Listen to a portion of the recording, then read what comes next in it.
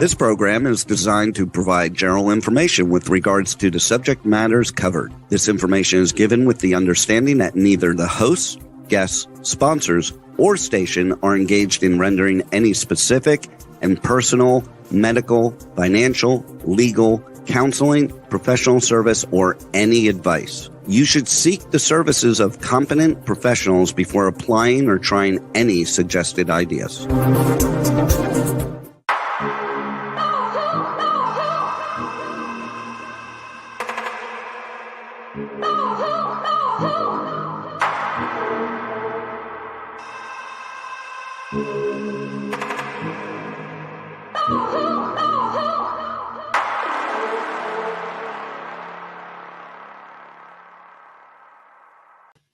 Good morning, truth seekers and true crime junkies. This is Nanette Bartow with another episode of Hit the Road Jack, Finding the Zodiac.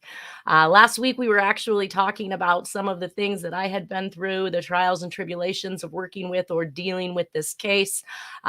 This week, we are going to continue with that. We're going to talk about some of the trolls, some of the people that solicited or elicited bad behavior from Tom Voigt's board, which he actually promoted rather than dissenting, and had caused a lot of grief, obviously, in Dennis' life, and probably obviously on purpose.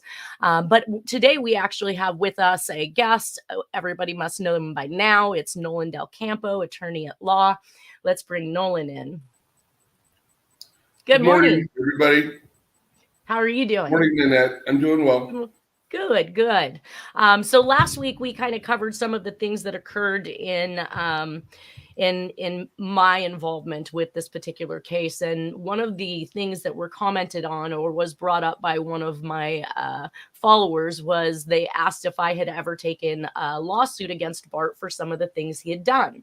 And I know that you have been with me for a very long time. So you have been through every trial and tribulation via my word, obviously, when we've talked about it, right? Correct.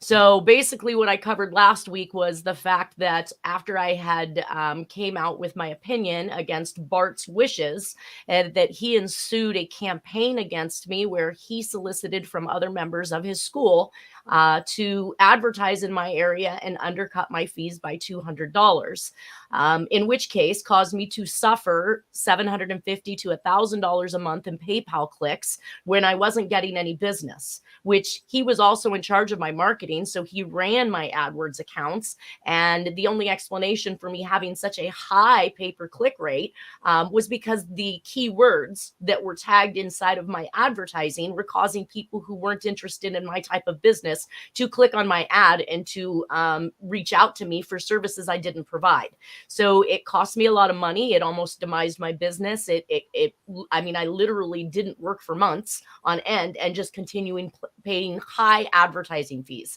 So one of my followers had said, did you take a suit against him? And I said, well, statute of limitations has probably ran out, but I didn't actually find out about this until 2021 from one of the trusted sources who actually participated in that. So she actually advertised against me and then told me that she was solicited by Bart to do this against me. Is that something that's actionable? I believe so. No, he's your former teacher, or who is? Yeah. That's crazy. No, what was his motivation?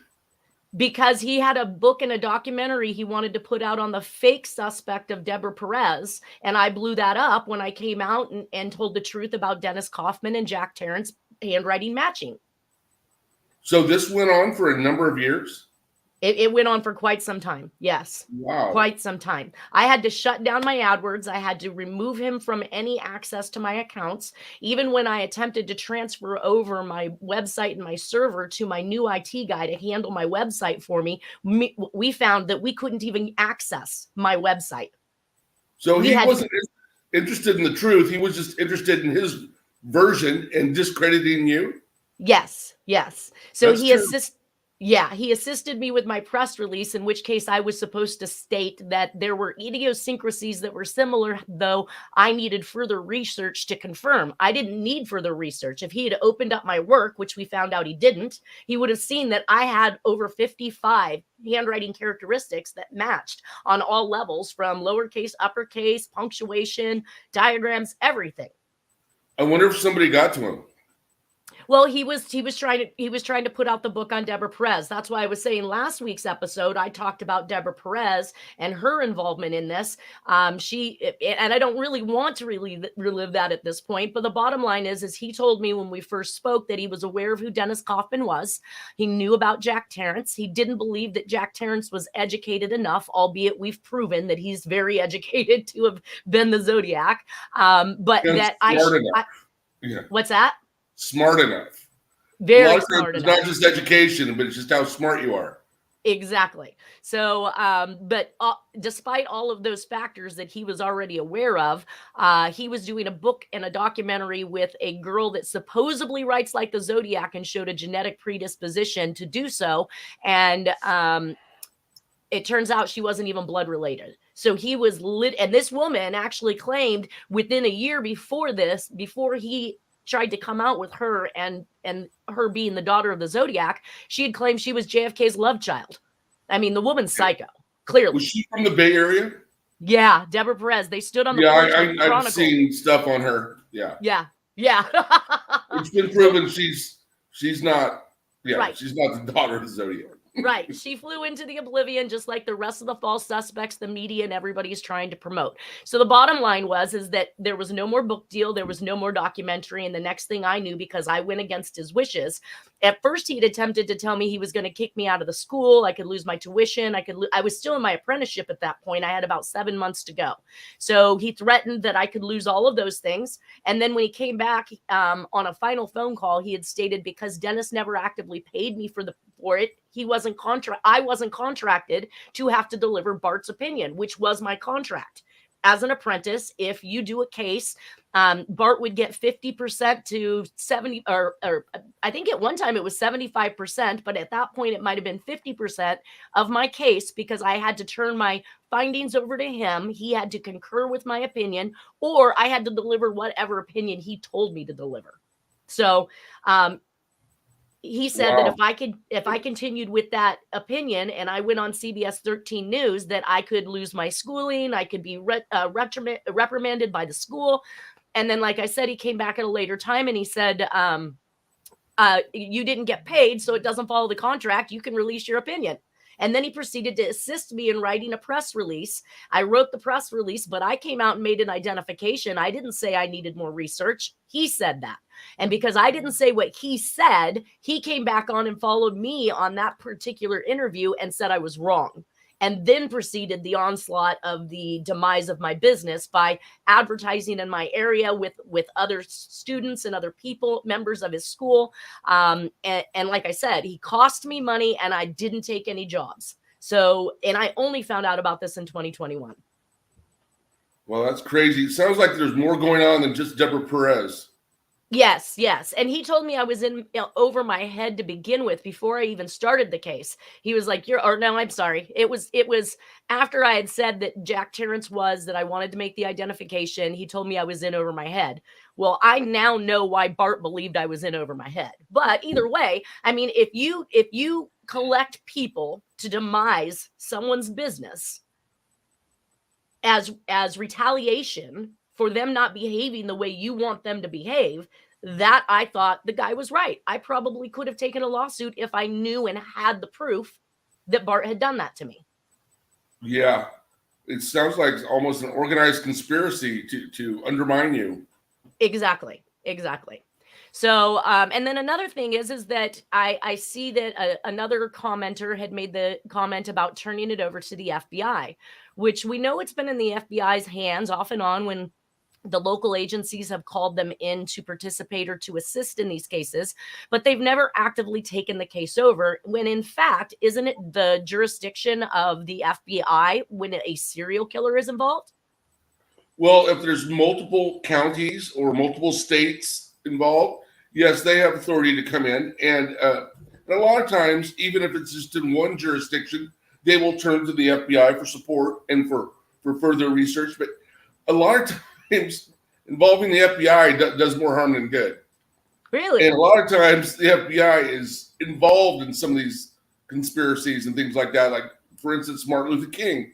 I'm finishing up the definitive book on the Martin Luther King assassination, and the FBI knew all about it, and they were partly involved along with the Memphis Police Department.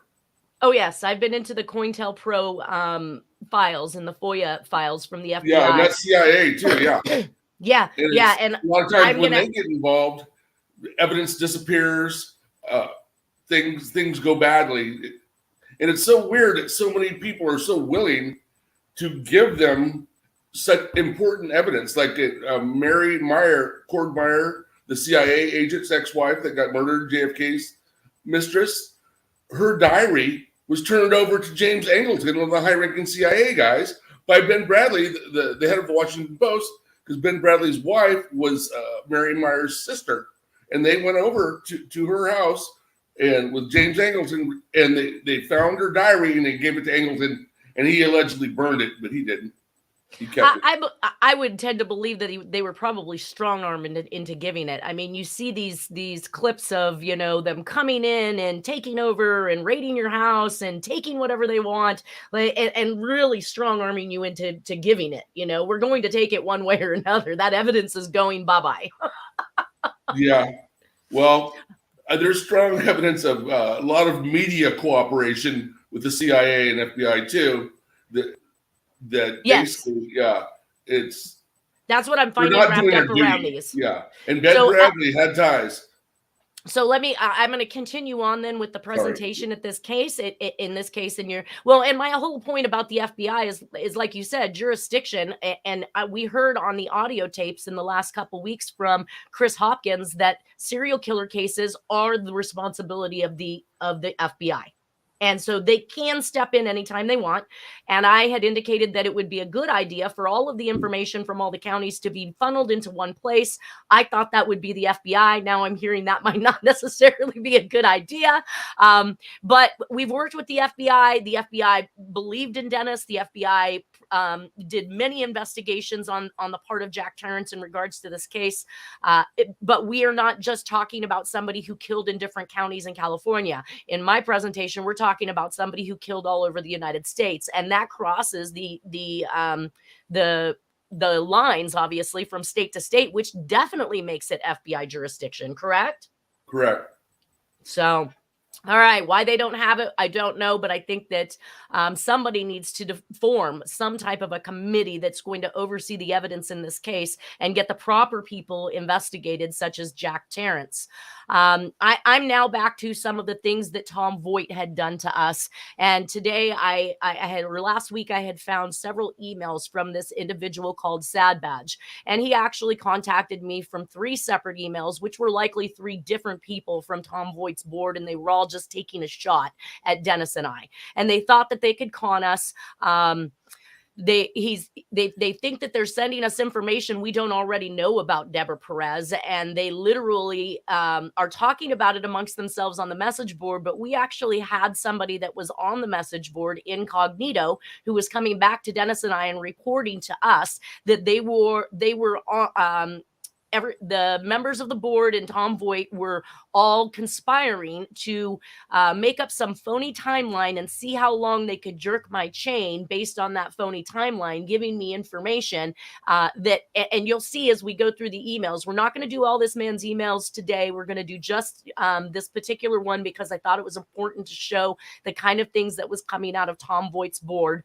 But he would tell me what I could post and what I couldn't post. And then he'd act like he got mad at me. And then he'd come back under another email and he would, be making rhymes and riddles and, sparsely throwing out some information. So here's one of the emails he actually sent me. He says, "You nailed it." And this was based on obviously my theory at that particular point in time with what was going on in San Francisco. He said, 2004 was indeed a pivotal year for sure. It was when Heather Fong took over the SFPD's new police chief. He says, "I believe she was the chief F as in Frank, referred to in the cryptic messages posted briefly yesterday on Voigt's Zodiac Letters page. Being San Francisco, it was very important for city officials to have a female homosexual police chief. Fong was groomed for that position going back to 2000. In 2004, SFPD have been subjected to horrible press and their solved rate was in the dumper. Google Fajita Gate, and I did. So some of this stuff is interesting. It was one of many embarrassing incidences involving a member of SFPD prior to... Did you giggle? Yeah, I don't know. I'm like, that's Google the funniest name ever. I know.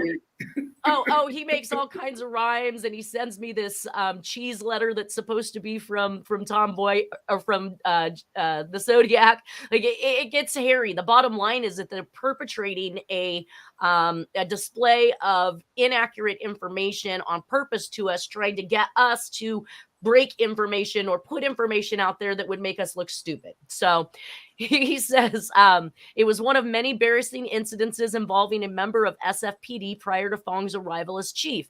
To get the chief position, Fong promised to focus solely on current cases, not cold ones, and to not allow her department to look worse than it already did. Therefore, having another agency, the FBI, solve the Zodiac case couldn't be tolerated. So here we have Dennis working with the FBI, attempting to get this case solved, and he's saying that SFPD could not allow that to happen. Also, but they wouldn't investigate it themselves. Who? The SF. No, they didn't want the FBI to do it, but they didn't want to do it either. No, but they would investigate the false ones like Deborah Perez. This is what I call it now, the Zodiac Jack effect, like the Martha Mitchell effect from the Nixon times. Yeah. So they're going to make you look crazy. They're going to, do everything they can not to investigate Jack while investigating other people who are obviously fraud. So it says also at one point before becoming chief in 2004, Fong was in charge of the Zodiac case and totally blew it. Leads about Jack Tarrance went into the trash. I know, I was there. No way would she allow that to leak, not with her political goals. So she contacted Voight through his relative on the force and hatched a plan to keep things quiet, at least until she retired. In return, SFPD would send Voight all media inquiries they received, calling him the expert, and he gets to keep being on television. Fong has just recently resigned as chief. Interesting timing. No. And then he gives me a link to this particular article. So he's stating this is an article from Mercury News. I did click on, or actually it's in Wikipedia.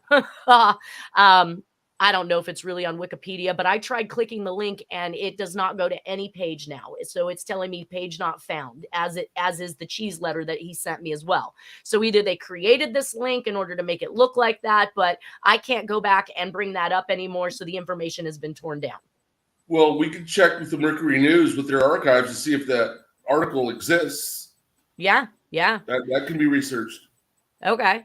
And then he follows that with me, I shall remain anonymous until such time as this is on world news and you were famous. You were almost there. So now he's trying to tout the fact that I'm looking to be famous when all I'm trying to do is get the truth told and assist Dennis the best way possible, which is by appearing, talking about the evidence or being available to talk about the evidence. And this is the kind of crap that we're coming up with. Now, whether this story is true or not, I know that Dennis had already told me that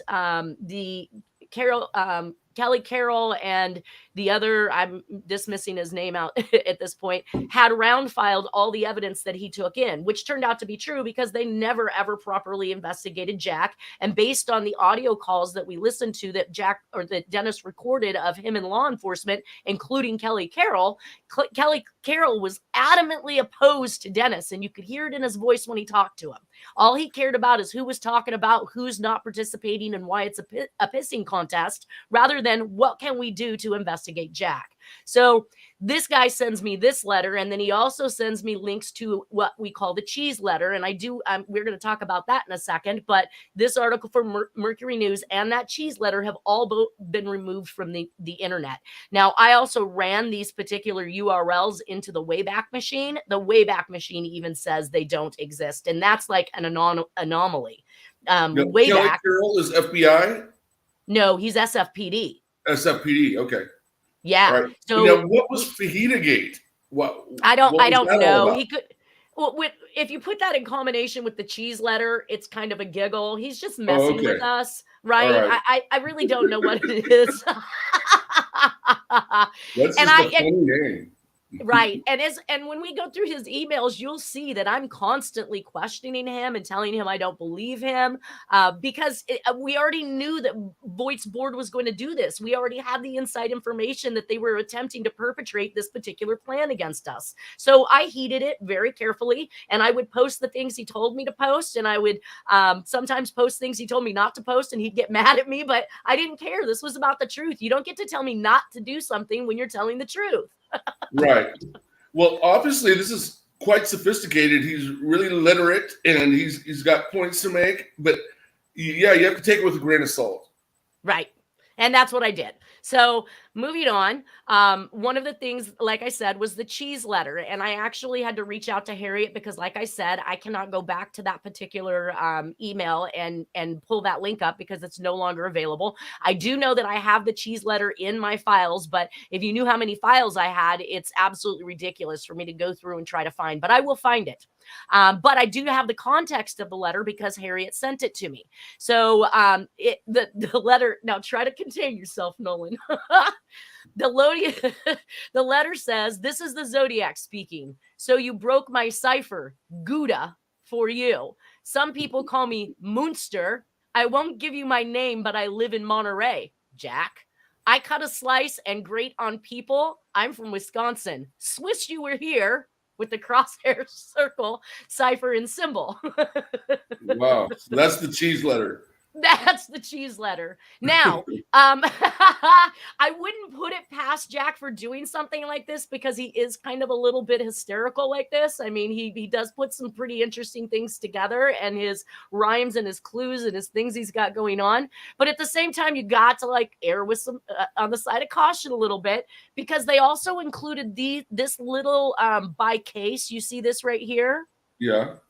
And at the bottom of it, you can see I've blown up. It says, it looks like it says star. And in fact, in Robert Graysmith's book, when he wanted to not name Arthur Lee Allen, even though we knew that's who he was naming, he called him Bob Starr.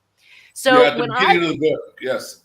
Right. So when I looked at this, what I see is J Tar. This is the way the Zodiac made his J's. Ooh. And then the Tarr is Tarrance. So interesting.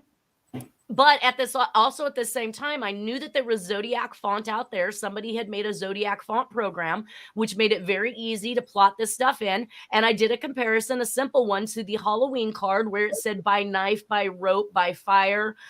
We can see that the word by is absolutely identical.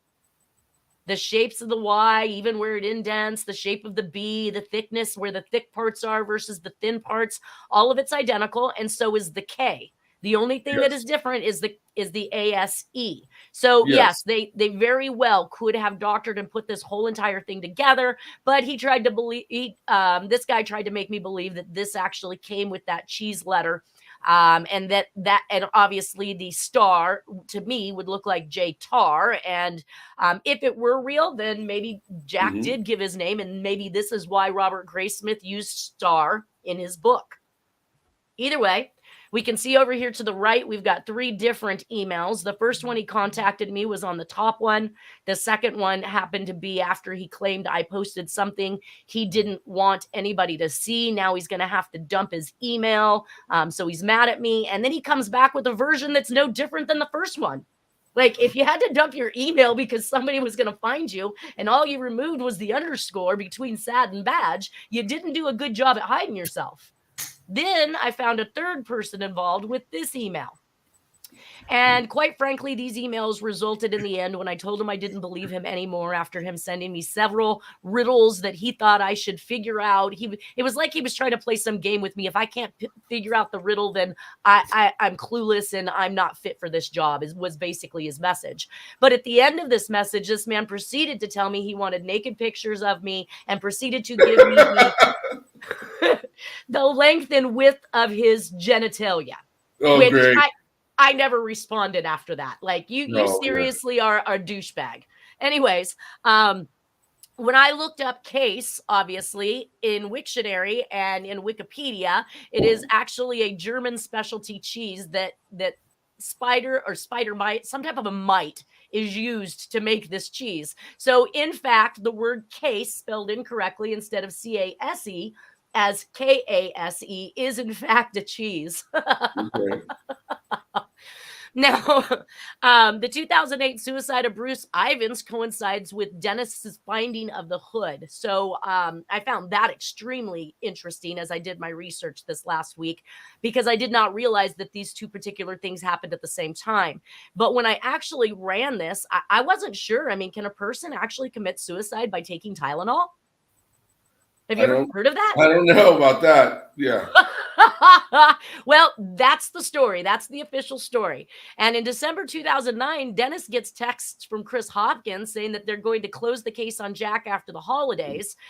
January comes and goes. We don't hear anything. February in 2010, Dennis stated that Chris Hopkins said they were going to close the case on Jack Tarrance as the Zodiac Killer that particular week. Well, we didn't get anything that particular week, but the following week, they released an anthrax a press release that the FBI was closing the anthrax case on Bruce Ivins, which completely blew my mind. So I pulled another clip here from science.org where the FBI closes anthrax case and says Bruce Ivins was the sole culprit behind letter attacks. And this was done on February 19th of 2010.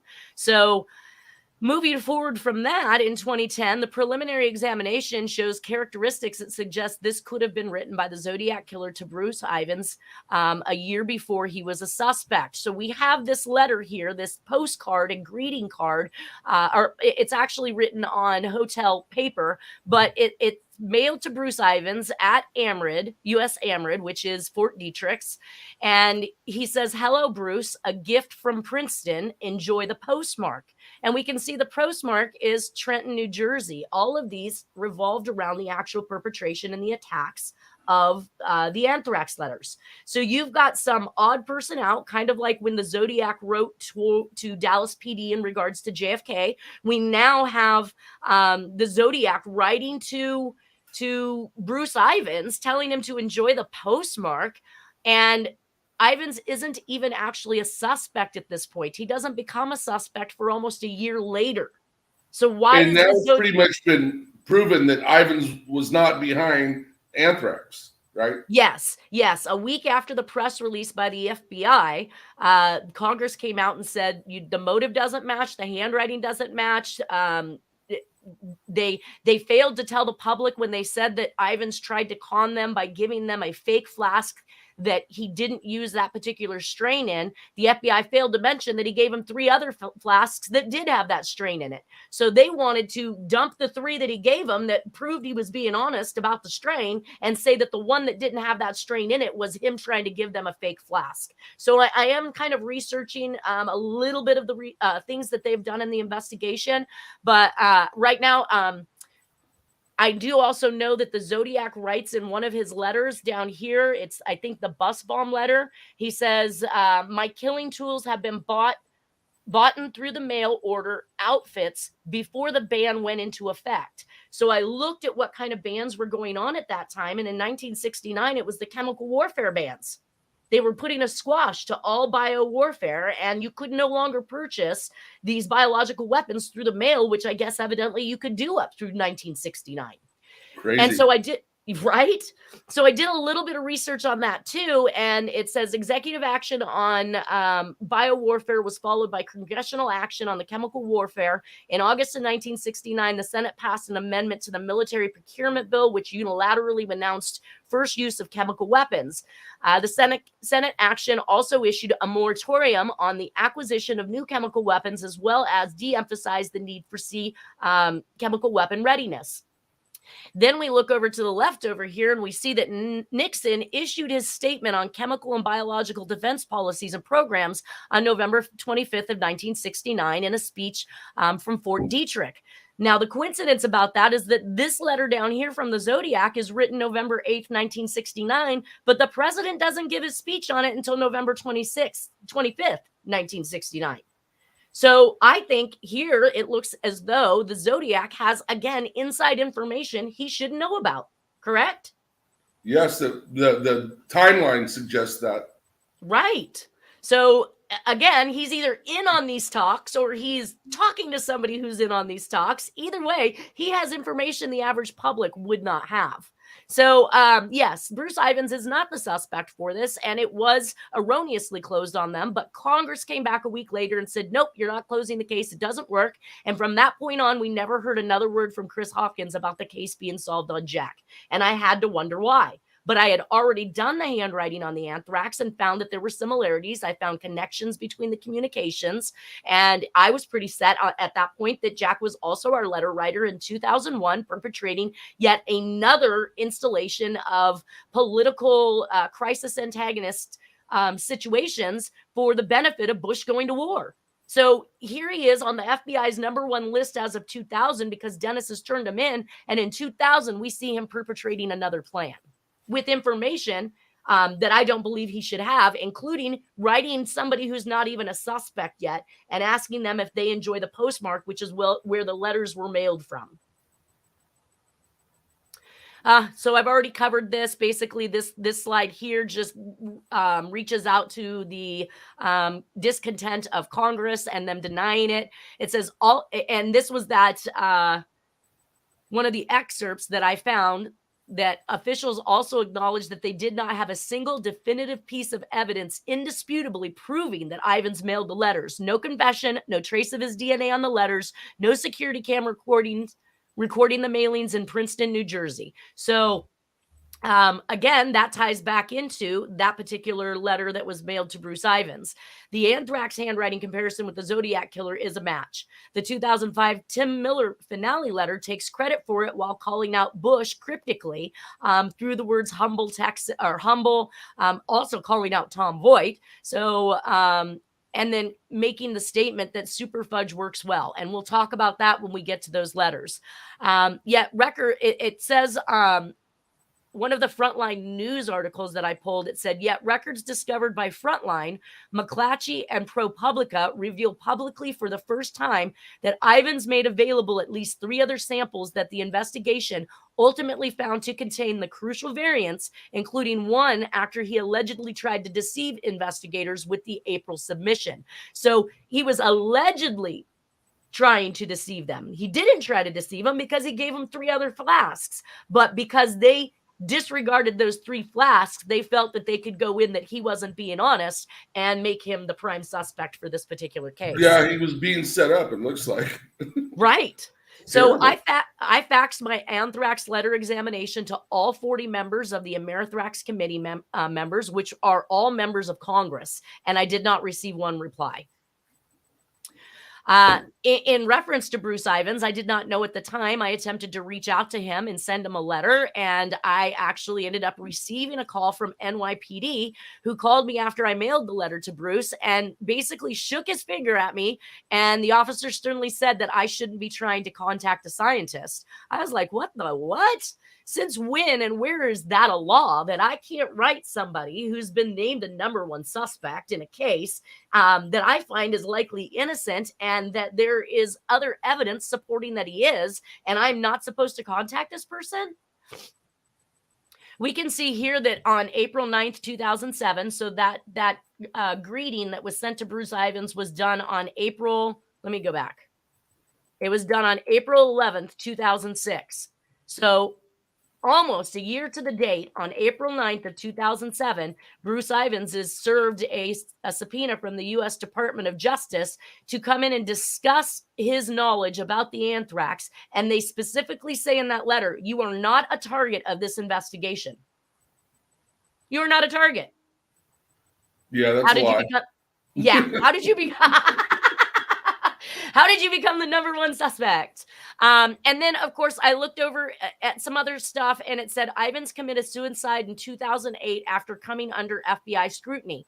His colleagues say that he would not have done it, said Bartlett, who complained that Fort Detrick officials have refused to let him speak with scientists who work there. So again, somebody is being blocked from talking to scientists because we'll find out the truth, right? Right. They don't want the truth to come out. No. They can't handle the truth. Holt said many questions remain about the FBI's handling of the case, including whether a foreign connection was overlooked, ignored, or not pursued. So while the letters tried to attempt to make it look like they were a foreign faction, we can tell that there is proper English being written by this individual. So they're just attempting to make themselves look like they are foreign. And we will see this occur in several of the other letters that we'll discuss. On the Herald Tribune, which what the FBI didn't say out loud is they didn't investigate the over 100 other people who also used that strain of anthrax. So by virtue of them singling in on Ivins, they also negated 100 other people that actually used that. And that's not to say that these people were the actual people who perpetrated the crime.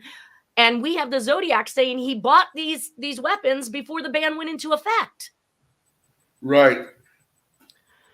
I think, yeah, they were intent on blaming Ivins. Yeah. And letting whoever did it go free. Exactly. Well, that's because it was Jack. Jack had been working for them for a very long time. Now, I had a second person come out of the woodworks, and his email, again, anonymous person, was 007 Sergeant Portal at gmail.com. Like he's 007 or something. He shows up, he slides. He shows up, he slides me this letter from Tim Miller. And of course, I find that it heavily connects linguistically to the letters that I've been studying for the past year and a half. So I form a report on it and I reach out to Tim Miller. I did do a search again on the link that was sent, and we have the link up here to me in regards to these letters. And again, this site can't be reached. So this letter has been pulled. I want to say this was like a photo bucket type image shack. So it's one of those places that back in the day you could store all your photos and share your photos with people. Well, this letter is now gone. But in March of 2010, Tim Miller and Steph Watts actually came out because they found that the connections that I made between these particular cases were, in fact, very coincidental, and they highly matched the linguistics of the Zodiac.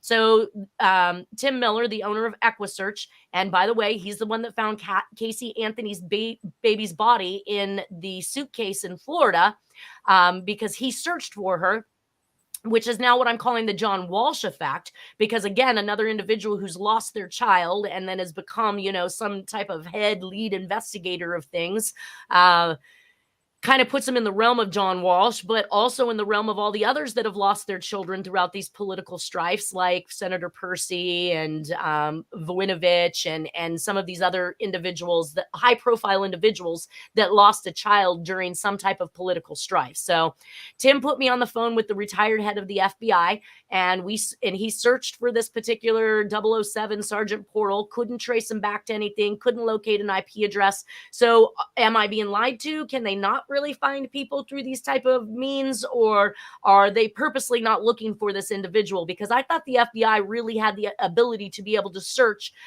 through the computer, through the IP, and through all of these other things to actually locate where somebody would be sending communications from. Am I wrong?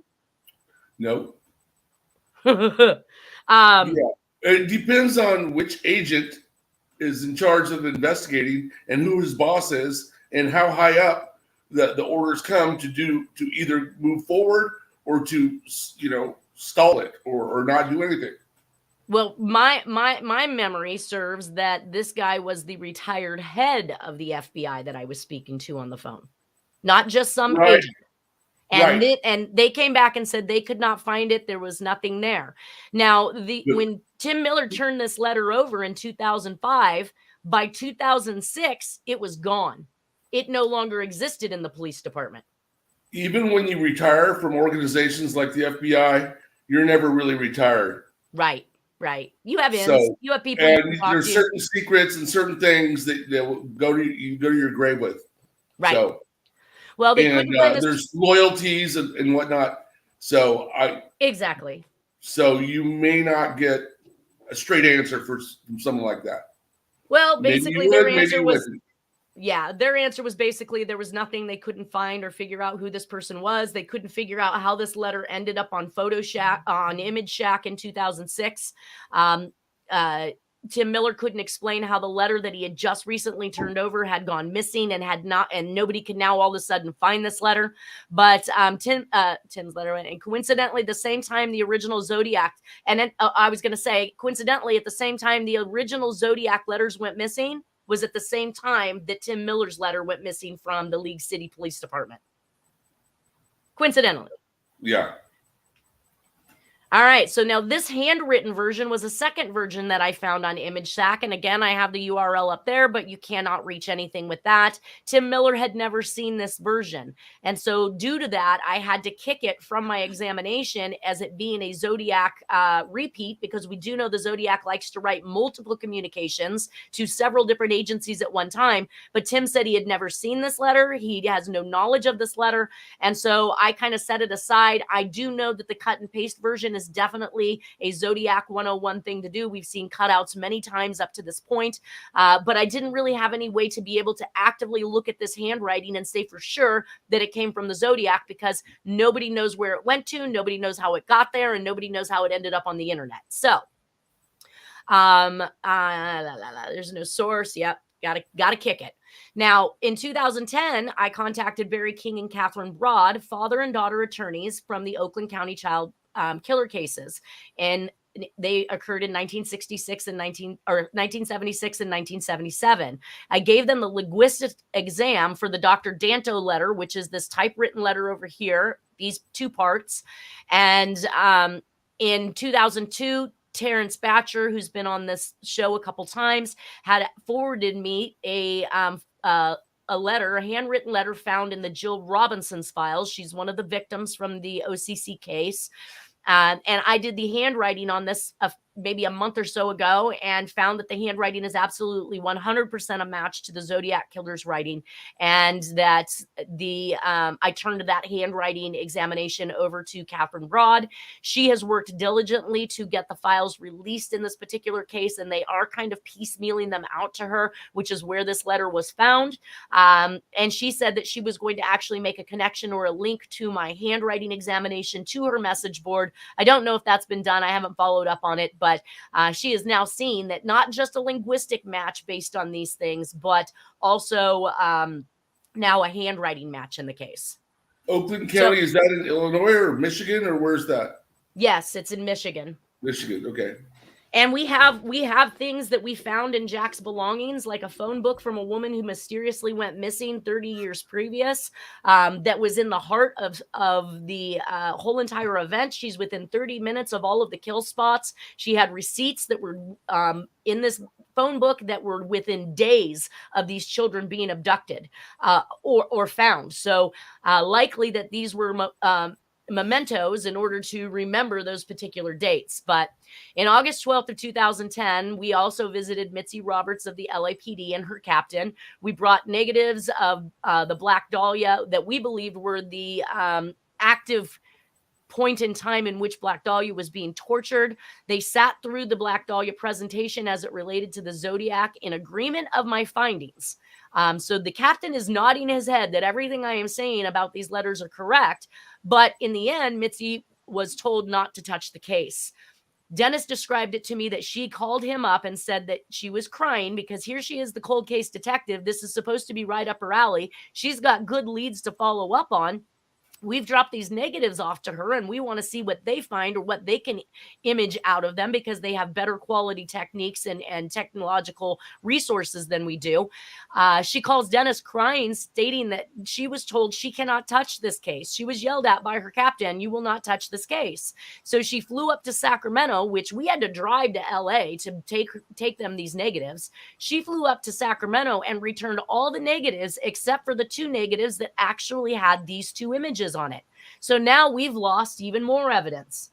We keep thinking we're turning things over to the right agency, and we keep finding that they keep just taking and either round filing or disappearing that evidence. Did she give you a reason why she didn't give you those two other negatives? She claimed we didn't give them to her. Wow. We know exactly what we gave her. We gave her one full strip. And we gave her two and a single strip of two images. And those I remember images, meeting with you and Dennis and going over some of that material photos and Right. negatives with a Black Dahlia. Right. Yeah. So those have gone missing now, but at least I still have good images from what was taken. These images also appeared on CBS 13 News, which is these images you see here with these D's in it. So they were actually at least recognized, shown on the news before they went missing. In January of 2011, we got about 5 minutes left. I'm going to try to scream through this real quick. In January of 2011, Napa Sheriff's Department and Napa Police Department, they were smug. They wouldn't allow me to give the handwriting examination.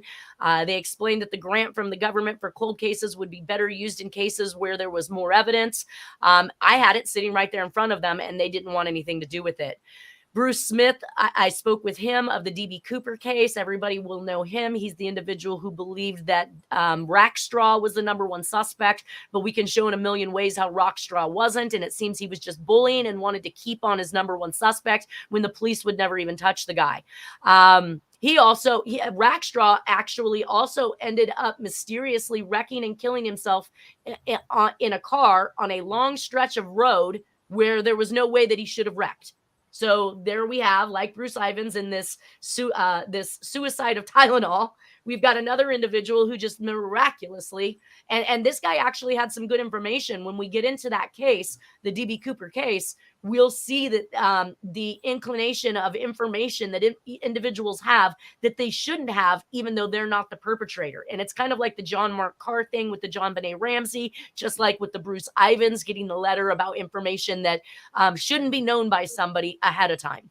In February of 2014, Bill Young, a retired police detective from League City, Texas, now a private investigator for Tim Miller, he flew out here and sat with me through some of my preliminary presentation. He asked me to do a handwriting examination on their suspect, Clyde Hedrick, which I actually excluded that man as a suspect. Attorney Nolan Del Campo, hello, Nolan, reached out to Brian Hartnell for me because we wanted to show him Jack's picture. We wanted to let him hear Jack's voice. We wanted to show him the hood, and Brian Hartnell did not respond. Various anonymous helpers and trolls, family and friends of victims, Sandy Betts and Jan Gay, code breakers like Harriet and Lauren Swearingham, linguistic professors and graphologists. I mean, I have gone to the ends of the world to get this information out there. I tried reaching out to Swinney's family in the 1944 case in which Swinney has actually, I think, finally been exonerated as of lately in regards to this case, but we still have 2 dead children without a suspect. Dolores Kennedy Hartnell, on... Go ahead. What's that? Yeah, Hartnell was one of the victims in the Berryessa attack. And then now he's an attorney now, and coincidentally, he lives in Riverside, which is where Sherry Jo Bates attack occurred. Sherry Jo Bates was murdered, yes. Right. So I also spoke to Dolores Kennedy on behalf of William Hirons, also another victim of Jack's crimes in the Lipstick Killer series. Gerald Brown, I contacted him, our California governor at the time, at the Department of Justice. I hand walked in my report. I got a letter back saying, contact the local authorities. Well, that's awesome, but the local authorities is telling me to contact DOJ. So they've completed the circle jerk where nobody can get any answers. In December 10th of 2013, I pay an excessive amount of money. 2013. In 2021, I pay an excessive amount of money to get this information in the public's hands via this podcast. Again, this is not something someone who is lying does. I don't pay so that I can lie to you guys. I'm here to tell you the truth. And my goal in telling you the truth is all the truth, not just what's going on. You can read about what the Zodiac did all day long on many websites, and the facts are there. What you don't hear is what they're doing behind the scenes with the media and with Tom Voight and with all of these other people who are not actively doing the investigation or the work that they should be doing. So in 2022, I also reached out to the Napa Sheriff's Department again. They deferred to the DOJ. The Sonoma Sheriff's Department emailed me asking to send info, and I did. I haven't heard back from them yet, and I reached out to a couple different agencies. I did recently find out that Tim Miller had given me a call in February of 2022. And his main question at that time when he called me was whether or not I still really thought Jack was the Zodiac Killer. And I responded absolutely. And I told him about the podcast, but he never connected with me after that again, even though I was in Texas and he said he wanted to sit down with me, even though he claimed he wanted to hear the information and see what I had. I went back and I started to wonder why. I went on the internet. I found out that Tim's number one suspect that I had cleared by handwriting, he had taken a $24 million civil suit for wrongful death against this man who you can tell in this picture is clearly never going to be able to pay $24 million in the death of his daughter. So this is likely why Tim Miller will not get on board with me, because he has obtained a faulty judgment against a man that did not commit this crime. I think that's going to actually leave us. We're at 7:50 today. I really thank you, Nolan, for being here. There will be an episode next week after Thanksgiving. I'm going to pre-record that so nobody has to be in the office doing it, but you guys will hear from us next Friday. Everybody have a great weekend and take care of yourself.